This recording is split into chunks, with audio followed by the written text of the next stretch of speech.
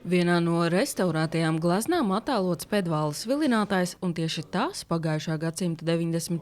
gados uz to brīdi aizaugušu vietu nekurienē atvilināja tēlnieku Ojāru Feldbergu. Laimas Eglītes Pedvāles vilinātājs, tāpat kā daudzi citi no izstādē redzamajiem darbiem, tapuši tieši paša pirmā plenēra laikā. Bija vēlēšanās radīt muzeju, izstāžu zāles, mākslas darba krātuves. Viena lieta ir sapņi, cita ir īstenošana. Un tā šie darbi tika pārnesti no vienas telpas uz otru, tika uzglabāti. Taču nepareiza uzglabāšana, ugunsgrēks pirms vairākiem gadiem un mitrums pēc tā ķirmji arī vietējo jauniešu fiziski uzbrukumi mākslinieku darbus nesaudzēja. Ņemot vērā, ka uzreiz jau netika veikta restaurācija, šie darbi laika gaitā vēl degradējās pēc tam tālāk. Bet jā, lielam vairumam no darbiem bija caurumi, plīsumi, kas liecina par fizisku ietekmi būtībā uz viņiem. Restaurētas tiek 28 no vairākiem simtiem Pedvāles kolekcijā esošajām gleznām. Izstādē redzamas 14. Arī Kārļa Siliņa darbs Grava un Lilā puķes Pedvālē. Es viņu vispār biju norakstījis, jo es zināju par to ugunsgrēku, un es domāju, ka cauri ir bilde beigta. Es esmu patīkami pārsteigts, ka tā bilde ir vesela. Ja. Neticam atkal satikšanās. Nu jā, tieši tā. Jo tas jau ir sen, tas ir 95. gads. Gandrīz 30 gadus atpakaļ, šausmas.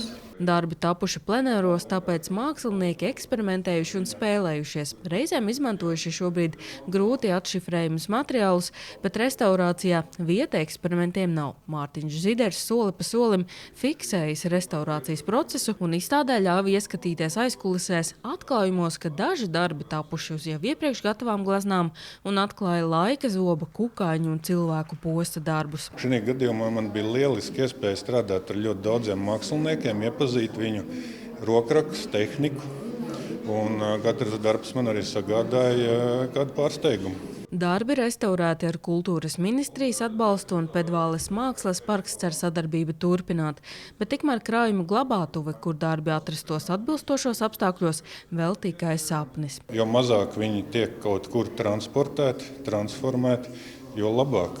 Būtībā viņiem būtu jāstāv izstādē, un pēc izstādes jau uzreiz novietnē, kurā viņi tiek uzglabāti atbilstoši pēc rekomendācijām.